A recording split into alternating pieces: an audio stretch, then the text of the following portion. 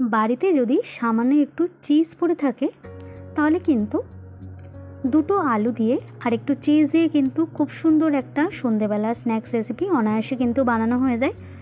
তো আমি আজকের এই সন্ধেবেলায় ঝটপট একটা স্ন্যাক্স রেসিপি তোমাদের সাথে শেয়ার করব। তার জন্য এখানে দেখো একটু ছোট সাইজের আলু আমি এখানে 3টে নিয়েছি।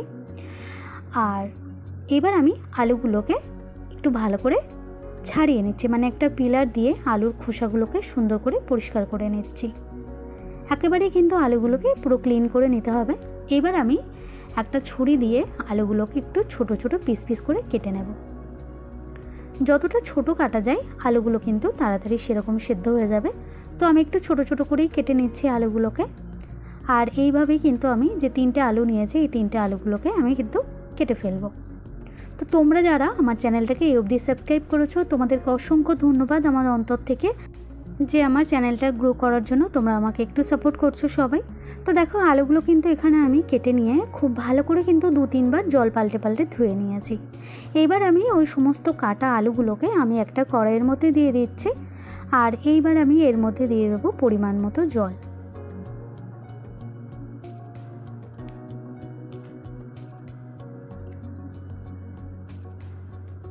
তো আলুর মধ্যে আমি যতটা পরিমাণ জল লাগবে সেই জলটা দিয়ে দিলাম। আর ওপর থেকে এবার দিয়ে দেবো সামান্য 1 পিঞ্চ মতো লবণ দিয়ে এবার এটাকে ঢাকা দিয়ে আমি পুরো 100% কিন্তু আলুটাকে সেদ্ধ করে নেব। আর তোমরা যারা আমার চ্যানেলে নতুন, মানে আমার ভিডিওটা তোমরা যারা নতুন দেখছো তাদেরকেও রিকোয়েস্ট রইল আমাকে একটু সাপোর্ট করবে। আর এছাড়াও আমার চ্যানেলে আরও অনেক ভিডিও আছে, তো তোমরা সেগুলো অবশ্যই একবার দেখবে। তো দেখো আমি ঢাকা দিয়ে আলুটাকে ভালো করে সিদ্ধ করে নিচ্ছি 5-6 মিনিট ধরে। 5-6 মিনিট পরে আমি একবার ঢাকাটা খুলে নিচ্ছি আর একটা ছুরি দিয়ে আমি একটু আলুটাকে চেক করে নিচ্ছি আলুটা কতটা সেদ্ধ হয়েছে। তো আলুটা কিন্তু 100% পুরো সেদ্ধ হয়ে গেছে। এবার আমি গ্যাসটাকে অফ করে দিলাম আর এবার একটা ছাঁকনির সাহায্যে কিন্তু আলুগুলোকে ছেঁকে ছেঁকে আমি এই জল থেকে তুলে নেব। তো একটা ছাঁকনি দিয়ে আমি সমস্ত আলুগুলোকে জল থেকে তুলে নিচ্ছি আস্তে আস্তে। আর আলুগুলো কিন্তু তুলে নেওয়ার পর, মানে জল থেকে তুলে নেওয়ার পর একটু ঠান্ডা হতে দিতে হবে।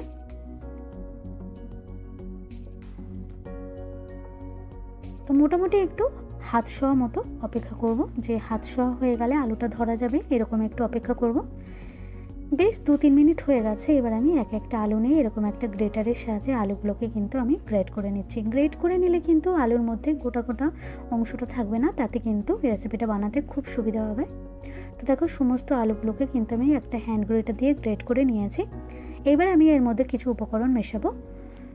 তো তার জন্য প্রথমে আমি এর মধ্যে দিয়ে দিচ্ছি একটু চিলি ফ্লেক্স। আমি শুকনো খোলায় 2টো লঙ্কা ভেজে একটু গুঁড়িয়ে নিয়েছিলাম শিলে, সেটা আমি দিয়ে দিলাম। দিয়ে দিচ্ছি একটু কসুরি মেথি। তো একটা কথা বলি, যদি বাড়িতে ধনিয়া পাতা থাকে তাহলে কিন্তু অবশ্যই তোমরা ধনিয়া পাতাটা দিয়ে দেবে, কসুরি মেথিটা স্কিপ করতে পারো। ধনিয়া পাতা নেই সেই জন্য আমি কসুরি মেথিটা দিয়ে দিলাম।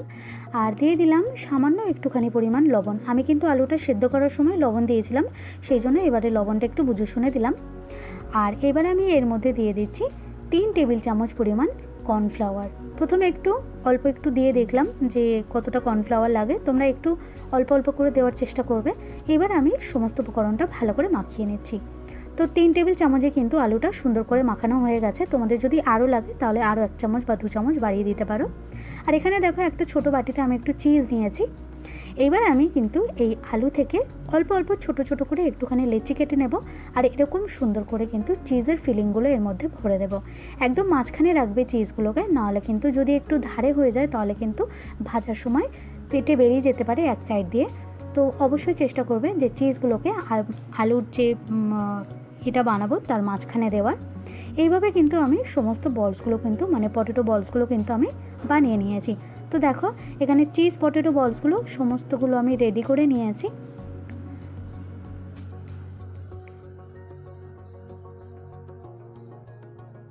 এগুলোকে তোমরা যদি লম্বা শেপ দিতে চাও তাহলে কিন্তু লম্বাও দিতে পারো, কোনো অসুবিধা নেই। আমি একটু গোল গোল করেছি।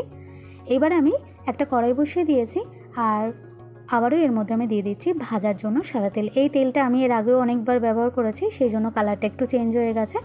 তো অবশ্যই ভাজার জন্য সাদা তেলই ব্যবহার করতে হবে। আর এবার কিন্তু তেলটা গরম হয়ে যাওয়া পর্যন্ত একটু অপেক্ষা করব। তেলটা একদম হাই হিট করার দরকার নেই, মোটামুটি একটু গরম হয়ে যাবে সেরকম গরম করে নিতে হবে। আর গরম হয়ে গেলে কিন্তু একে একে সমস্ত বলসগুলো আমি এর মধ্যে দিয়ে দেবো। একসাথে সবগুলো দেওয়ার দরকার নেই, অল্প অল্প করে দিয়ে ভাজলে কিন্তু তাতে অনেক বেশি সুবিধা হবে। তো দেখো আমি এক এক করে বেশ কিছু পটেটো বলস মানে চিজ পটেটো বলস আমি তেলের মধ্যে দিয়ে দিচ্ছি। আর এইরকম একটা ছোট একটা স্পুনের সাহায্যে আমি একটু ভেজে নিচ্ছি উল্টে পাল্টে। 2 থেকে 3 মিনিট লাগবে কিন্তু মিডিয়াম টু হাই ফ্লেমে এগুলোকে ভাজতে। আর একটু ধৈর্য ধরে ধরে সুন্দর করে গোল্ডেন কালার করে ভেজে নিতে হবে।